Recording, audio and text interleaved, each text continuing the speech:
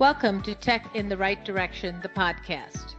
Let's take tech in the right direction to drive social change and close the employment, pay, and culture gap for women in technology. This podcast is focused on helping turn ideas into action and create opportunities for women to advance in the dynamic technology industry. I hope this podcast will inspire and motivate you to encourage more women and girls to seek or grow a career as a woman in technology. Stories about the journey of amazing women in the tech field starts right now. Welcome to Tech in the Right Direction, the podcast. This week, I'll be speaking with Andrea Stevenson Conner. Andrea is a change agent and strategic relationship builder. Through her success in global leadership roles spanning 4 countries, she promotes corporate social responsibility, cultural awareness, leadership development, and gender equity.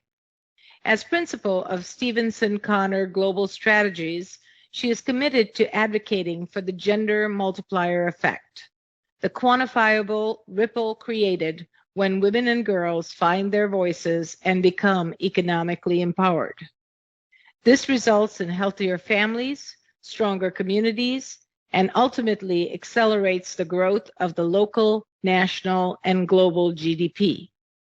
She is a thought leader on global citizenship and delivers messages to raise awareness of the challenges facing women's educational and equal opportunity advancement.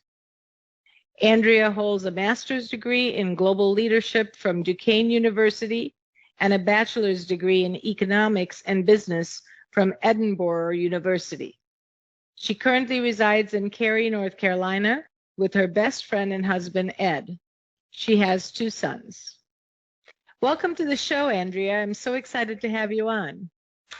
Thank you, Jennifer. I'm thrilled to be here with you. Great. Well, let's get started. So can you share with us your career journey and how you got to where you are today? Sure. Well, it's interesting that I'm on a podcast about technology because people would laugh. I'm sometimes even turning my computer on is a challenge for me. I don't close everything out, so I get yelled at for having too much open. But you know what? I kind of got where I am by seeing challenges as opportunities. We ended up moving 8 times in 13 years across 4 countries. And so I felt like I was always having to reinvent myself in a new location. And started out in banking, which is where I met my husband. And then I sold radio advertising, and then kind of shifted to the nonprofit sector and have been advocating for corporate social responsibility and the economic empowerment of women for a number of years. In some of my foreign locations, I had the opportunity to work with UN Women in Beijing and really came to understand where my passion and purpose lies around helping women find their voice. That's amazing. So you've been advising women and helping them find a voice. Can you share some stories on how you accomplished this? Sure. I think first of all, having that opportunity to be uncomfortable a lot with moving from the United States to Kuala Lumpur, Malaysia, then to Germany, and then to China, and back and forth. I had that opportunity to being uncomfortable. It's kind of like being the new kid all the time, but being the new kid where you don't look the same, you don't speak the language, you don't understand the culture. And prior to moving to Malaysia, I had never been outside the United States, so I got my first passport at the age of 36, and that was kind of an epiphany and aha moment where I was uncomfortable and then figured out how to lean in on my skills, which you're going to hear about probably a little bit later, called the Athena Leadership Principles. Mm-hmm. My mother's an Athena Award recipient, and she taught me these 8 principles of leadership just by watching her model that effort. And so I knew that if I could do it, that other women could. And I met some amazing women in entrepreneurial positions in Southeast Asia, in Europe when we would travel a lot, and it really taught me about the resiliency of women. Yeah, that's great to be comfortable being uncomfortable, because that's when you grow, and that's how you learn as well. Now, you traveled quite extensively in these different countries. Was that based on jobs that took you there, or what was the reason for moving to those countries? So my husband worked for an international organization that took us to these locations. So I Okay. had kind of the best of both worlds, and I would kind of see what challenges were wherever I was, and that became an opportunity for me to continue to learn and to give back in those communities and develop programs, be able to be a change agent in those various locations. So I led an international school when we were in Germany and chaired the board, led the building committee, and we built a state-of-the-art international school that became the MAC World Lab at that point in time when we were there. So it gave me some really great opportunities to be uncomfortable and find out how I could contribute to the greater good wherever I was. That's great. So your global experiences, how do you compare women in tech or just women in business in general from these other countries to the US? What would you see there are big differences, or are there many things that are just alike? That's a great question. I think it depends on the generation, right? So my generation, we did not grow up with a device in our hand. And so, learning to use that device along the way and the experience that technology brings. Well, the period of time that we were living abroad was when you were seeing um, Apple products and smartphones really coming online. And what was fascinating when we were living in Southeast Asia in 2000, 2001 time period, it's kind of when the cell phones were coming out, and I was changing my cell phone like I was changing my shoes. I could get a new cell phone, every day. Where back in the United States, we were still on cellular data, and it was much slower at that process. And so what I saw is in Southeast Asia that women there and people in general were so comfortable with technology. It was just happening and changing so quickly that I think it created a lot of creativity and innovation. Now here in the U.S., we're catching up for sure, and so many of the emerging leaders and professionals come to universities in the United States, so that process is catching up. But I do think there is an advantage that, at least in China in particular, when we were there, I was involved with emerging professional women and an entrepreneurial group called the Startup Grind, and I still follow them on the platform called WeChat. And so you can see where there's that thinking that they have it because it changes so fast.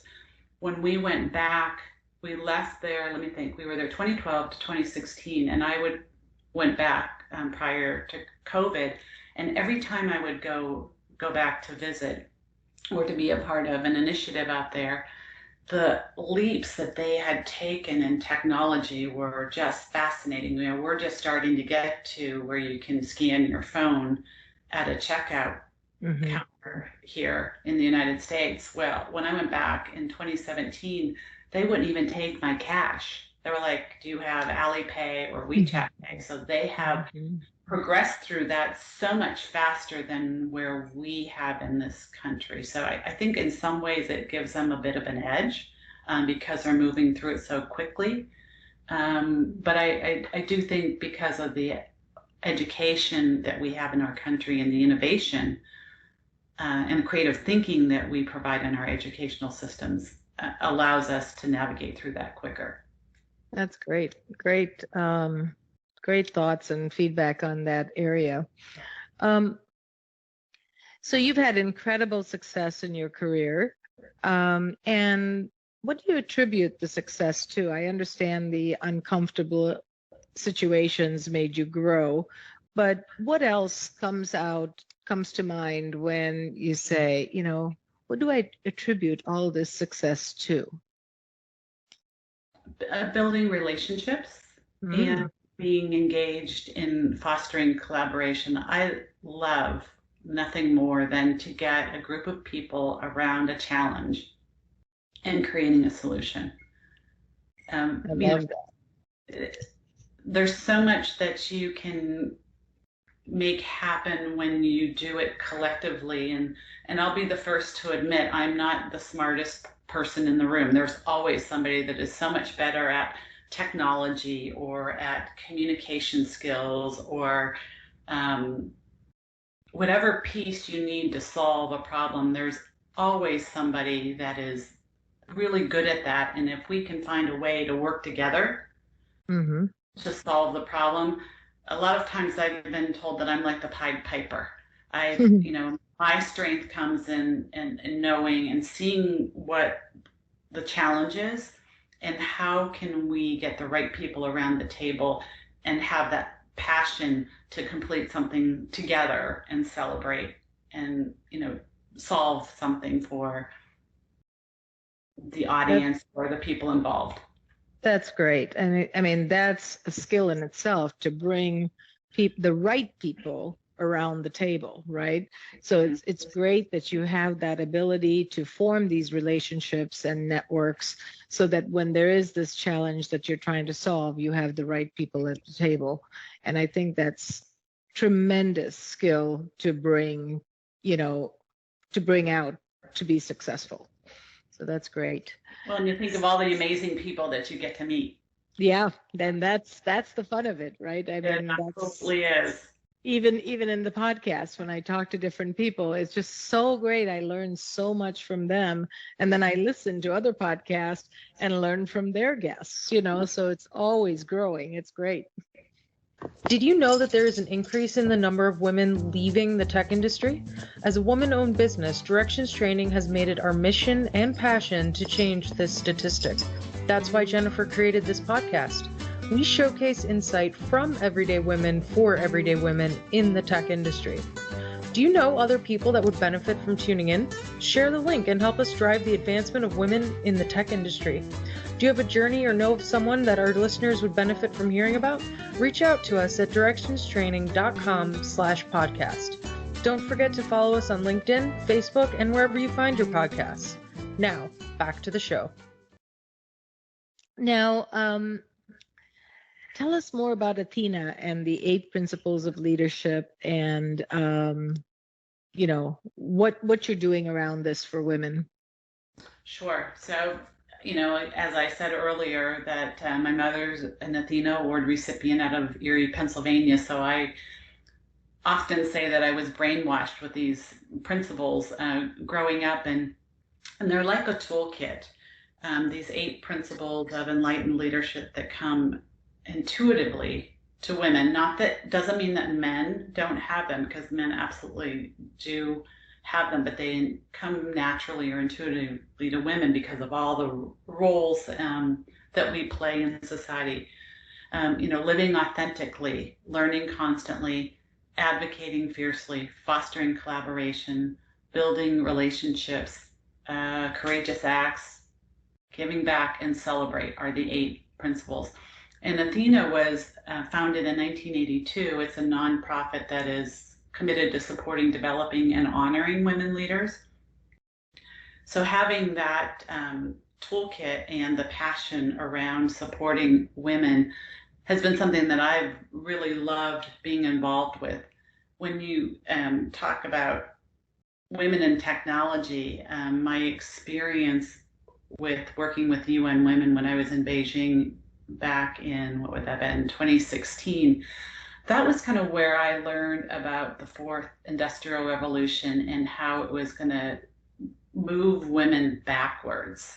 And so I felt that passion and I wanted women to have a voice and to be able to be involved in our future. I didn't want to see things going backwards. And so I had this great opportunity leading Athena International to work with another nonprofit called the WIT Network and to develop an emerging leaders program that will help women in technology find their voice. And I'm so thrilled that you had the opportunity to be in one of the early cohorts. So You did.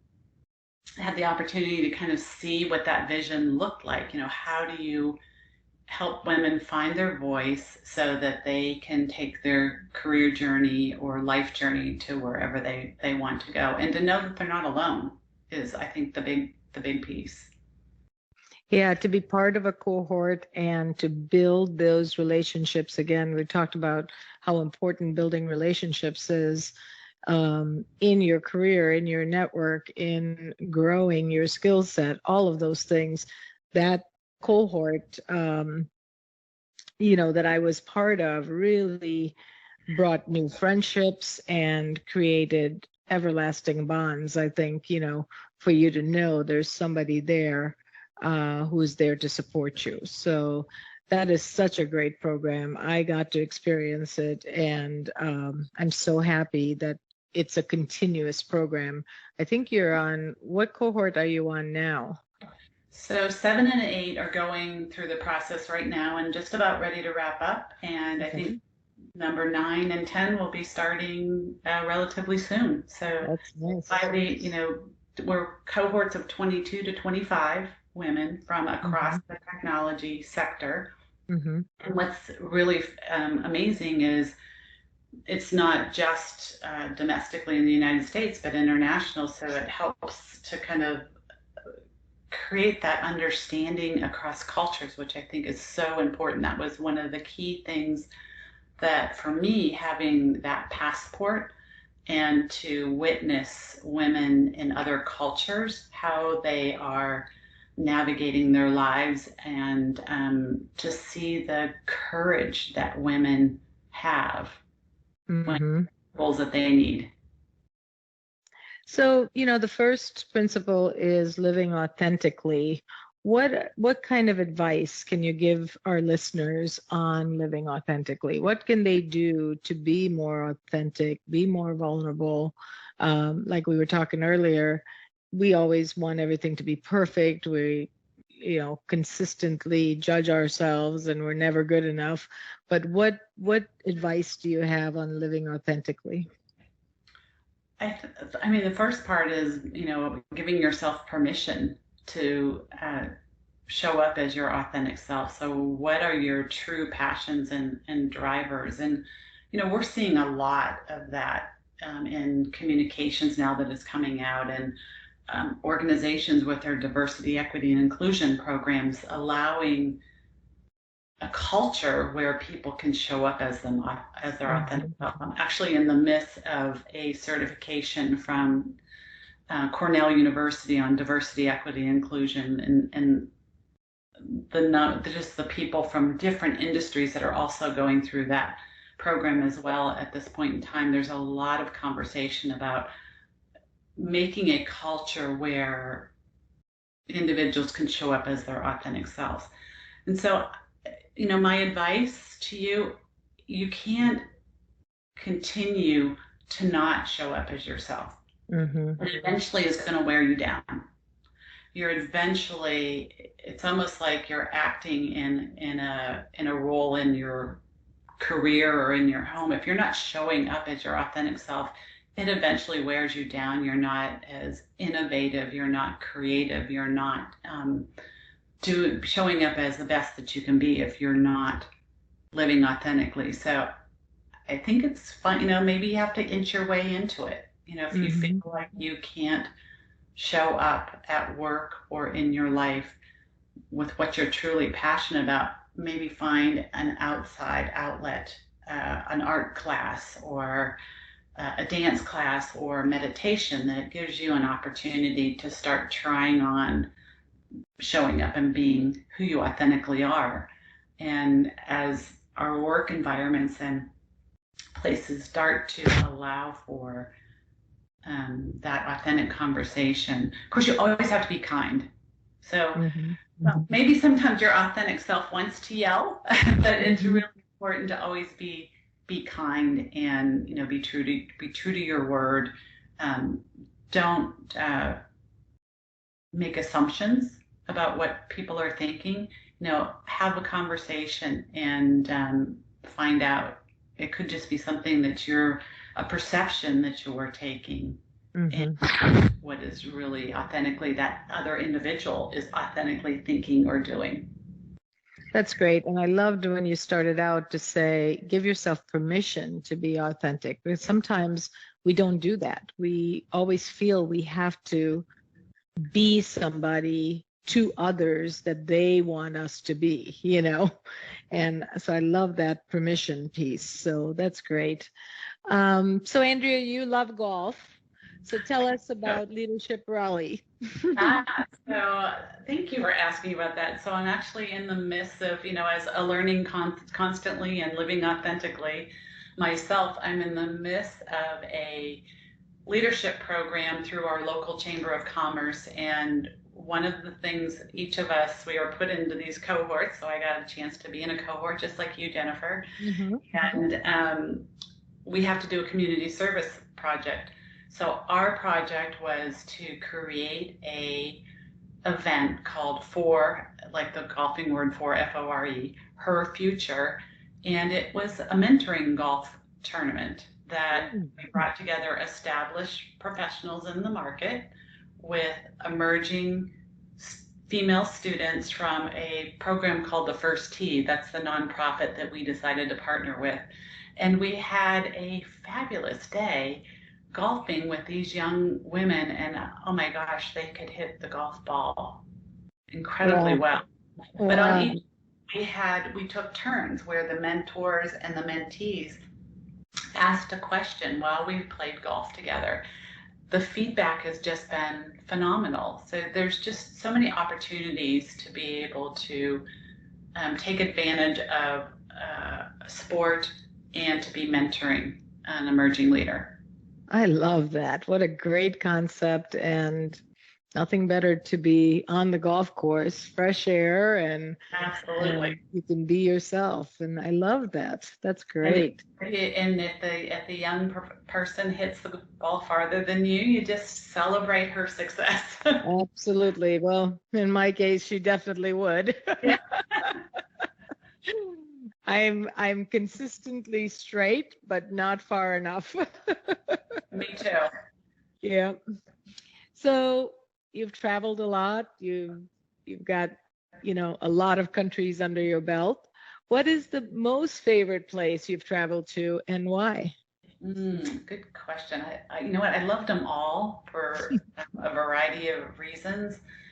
I have to say that I really enjoyed China because of the deep culture that is there.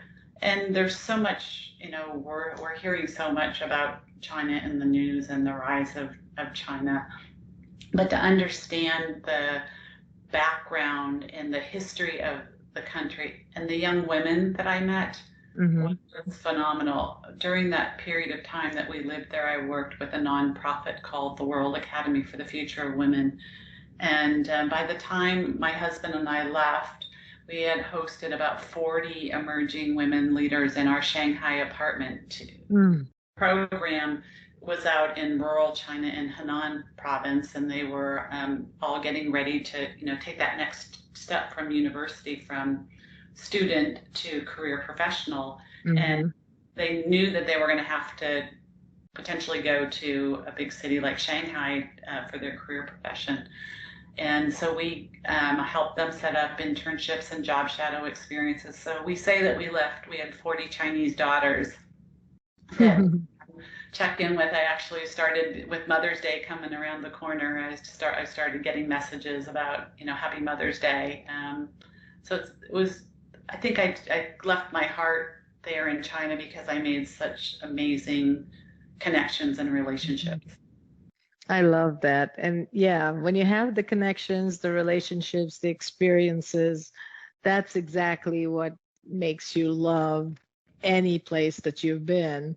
I always say our best vacations or the best restaurants always are chosen as the best ones because we've had some great experiences there.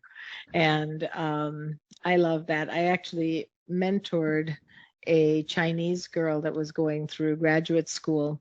And it was so fulfilling because, like you said, there's so much culture and history, there that you learn more than you're giving, you're learning at the same time. And so I loved that. And the other thing about that period of time that we were there, the Chinese economy was just growing by leaps and bounds. I mean, so you would go, maybe travel for 2 weeks and come back, and there'd be like a whole new building up, and just the speed that it was evolving was really fascinating to see. And it's when a lot of the social media apps were coming online, and the bicycle apps where you could. I think Line is the one here in the US. They had some different ones, and ride-hailing apps. Those were all things that were coming out at that point in time. So I felt like we were kind of in the epicenter when all this new innovation and technology was happening. And I'm sure it still is, but it just kind of really stuck in my mind about how creative and innovative things can be. Yeah, and how fast moving too. And how fast. Sure. Yeah, that's great. This was so fun. I could talk to you forever, it seems like. But, in closing, what advice would you give to a woman considering a career in technology or maybe even a global career where they're thinking of maybe going out of the country at some point? What advice would you give her? I would say just do it. Yep. Do it and, embrace the opportunity. Realize that you may not know perfectly, that you're going to, there's always opportunities to learn, and don't be afraid to ask for help. Right now, with the World Economic Forum is telling us with the rise of machine learning and automation, that a huge number, 85 million jobs will be eliminated by the year 2025. Wow. At the same time, they expect 97 million new jobs will be created that are all technology based. Mm-hmm. So I don't think it means that you have to be a coder. If you think about it, they're everywhere you go. When you go to the grocery store, you're using technology to check out now. So there are lots of ways to be ingrained in technology. Just, choosing to be curious and take training programs that help you learn that new technology. I love that. That's great advice. Great advice. Today, 56%, this is the US statistic, 56% of jobs are taken by women, but only 16% are women in technology. So we really want to help grow and bridge that gap because, like you said, technology is everything. It doesn't have to be coding. It's everywhere and in everything, from our refrigerators to our lamps to our, outlets. Everything has technology today. So there's so many different facets of technology that our listeners or women can be interested in. And like you said, just do it, learn, and follow your passion. Yeah. And, women, you just bring your unique skills that you as a woman can to the opportunity. That's so good at, building relationship and being compassionate.